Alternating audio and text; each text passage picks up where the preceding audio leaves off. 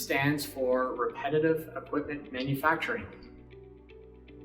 A build-to-print I would consider is a blind look at building a discrete number of pieces of equipment, 1, 2, or 3. The builder wouldn't spend a lot of time on analyzing the design or cost down initiatives, maybe addressing some obsolescence, but not performance issues. They're not contracted to look at reducing the cost of the system, just to reproduce it as quickly as possible. Well, the builder wouldn't go and invest in tooling, production lines, work instructions, or SOPs. They would probably use skilled labor. They wouldn't go through the bother, because it's a discrete order. They wouldn't bother with training up what I'd call wage appropriate labor to reproducing large volumes. What differs from REM, or repetitive equipment manufacturing, where the builder would invest knowingly that there is more orders coming. Typically, the customer would make a commitment on a forecast, a larger batch, but only release the repetitive equipment manufacturer on a portion of that forecast, updating regularly. That enables a whole lot of things in terms of cost down initiatives and performance improvements. What I mean by cost down initiatives is, whereas build to print, we didn't invest in tooling, production lines, or training wage appropriate labor.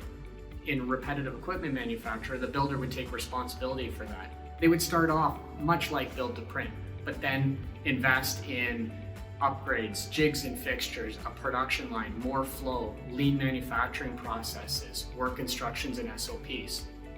Now we can train a dedicated workforce to continually get more efficient and better on future builds.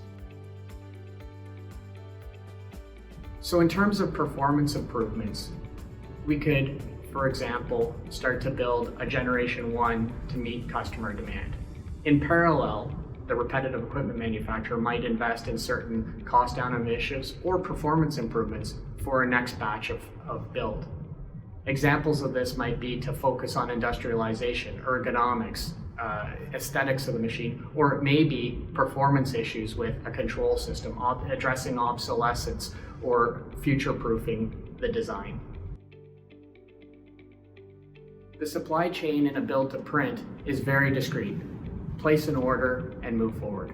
In the case of REM, we're talking about a more sophisticated methodology. We're talking about selecting the right suppliers for the long term. We may be talking about risk mitigation, second sourcing. We certainly are placing blanket orders and negotiating on a larger volume. We're talking about cost down initiatives in the supply chain, all to benefit the cost and the performance of the equipment and the reliability of the delivery for the end customer. So if you think you have a need, let's figure out where you are on the spectrum. Do I have a one-off engineered system that I require? Do I have a system I'm happy with and I just want it reproduced 1, 2, or 3 times? Am I going to need more than that? And am I interested in cost down initiatives and performance enhancements over time? Or am I producing a consumable where I need tens of thousands, if not millions of units every year? From there, figure out where you are on the spectrum. Then find a reputable supplier that focuses their business and has a reputation in that area.